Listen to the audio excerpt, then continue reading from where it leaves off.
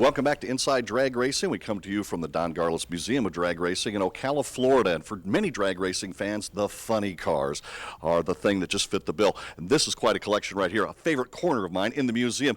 Jungle Jim Lieberman. Well, his Vega was an incredible piece right here. And as you notice, he campaigned it all over in the early 1970s. The old Milwaukee race car, this Candies and Hughes. You know, Paul Candies and Leonard Hughes, legendary among the sport of funny car drivers. During the 28 years collaboration, they won 2 Winston Drag Racing Series championships in both Top Fuel and Funny Car for both the NHRA and the IHRA. Now, of course, their driver was Mark Oswald. He won championships as well. This is one fine piece right here, the old Milwaukee Trans Am. And, of course, probably one of the most famous funny cars in the entire history of drag racing is that one right there. It is the Blue Max, 1984 Ford Mustang funny car driven by Raymond Beadle. This car won back-to-back titles in 1984, the Summer Nationals at Englishtown, the Mopar Nats at Denver. These events were the last 2 won by 46-year-old Beadle, who had a 13-year career. Funny cars, an incredible collection here at the Don Garlits Museum of Drag Racing. Let's get back to check up with Big to find out about another very special vehicle which he campaigned back in the day. This is the car that changed the face of drag racing forever. We thought that this was the ultimate design. I mean, everything that you could possibly do to a slingshot is on this car. I mean, all the little lightweight trick things, everything. And it had a 2-speed transmission, and that was its demise. Long Beach, California, March 8, 1970, as I let the clutch out on the starting line against Richard Tharp, that transmission exploded and cut off part of my right foot. And as I lay in the hospital, I vowed that I would put the slingshot dragsters out of business. There'd been rear-engine cars for a long time, but none of them ever worked. In fact, I even had one back in 1957, which was a complete joke. Just go every which way but straight.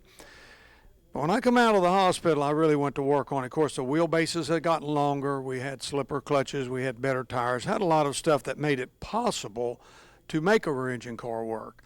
And after about 3 months of testing in Florida at the Orlando drag strip, we actually had a dragster that would get down the track as quick or quicker than one of these slingshots. I never thought it would happen, but it did.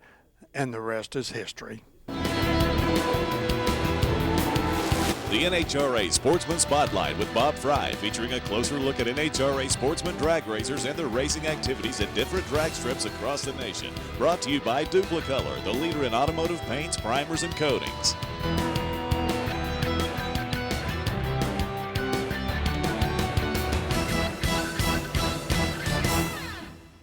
Los Angeles County Raceway has been a part of the drag racing community for over 40 years. Back in the mid-1960s, they hosted the spectacular Gold Cup race, a national event type that was won by Goob Tuller, Hayden Proffitt, and Shirley Shane, among others. Bernie Longjohn has run the facility here since 1980, and Bernie, you've seen a lot of things happen here at the racetrack. Tell us about some of the great historic moments here. Well, you know, the Gold Cup you talked about, that was before I got here. That was in 65. I got here in 1980. Some of the fun things that we've done, we started and premiered a race in 1982 that was kind of unique to everything. We said, what are we going to do on New Year's Day? And guys said, well, why don't we have a race? I said, what are we going to call it? The Hangover Nationals? Well, that was the start of something that we've been doing now for over 25 years.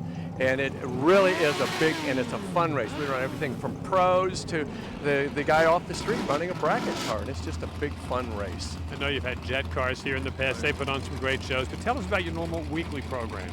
Well, we run the Summit ET series, which is obviously not, it's only become Summit in the last few years, but you know, with the Firestone series, et cetera, and have done very well in that series. In 1980, we won the event, first year that I had the racetrack, which is, you know, unheard of. We won it about 7 times since then in winning the ET finals, which is great for the racetrack and all the participants that race here. So that's that. We have a high school program that we run throughout the month of May, where we let the high school kids in for $5 and race free, just to get them off the road and get them familiar with our program. Very proud of our junior dragster program that's been, you know, we've been doing it since day one in the junior program. And so between that and our street racer night that we do, that we try and get kids off the street to get them a safe place to race. I know you had a great junior program today. Congratulate all those winners. You got the Division 7 championships coming up here for the juniors. But like all good things, LACR might be coming to an end. Yeah, started in October of 1964, actually. The first real race series started in 65, but it looks like in October of this year will be the end of the racetrack. When I got the racetrack in 1980, I knew that eventually, someday, it was going to become a quarry. It's in a quarry zone, and it's going to be quarried out, and it's that day. Sounds like so many great drag ships over the course of the year, especially in Southern California, like Vaca Valley, Santa Maria, Half Moon Bay, all drag ships that are part of drag ship legend right now. LSER about to join that list.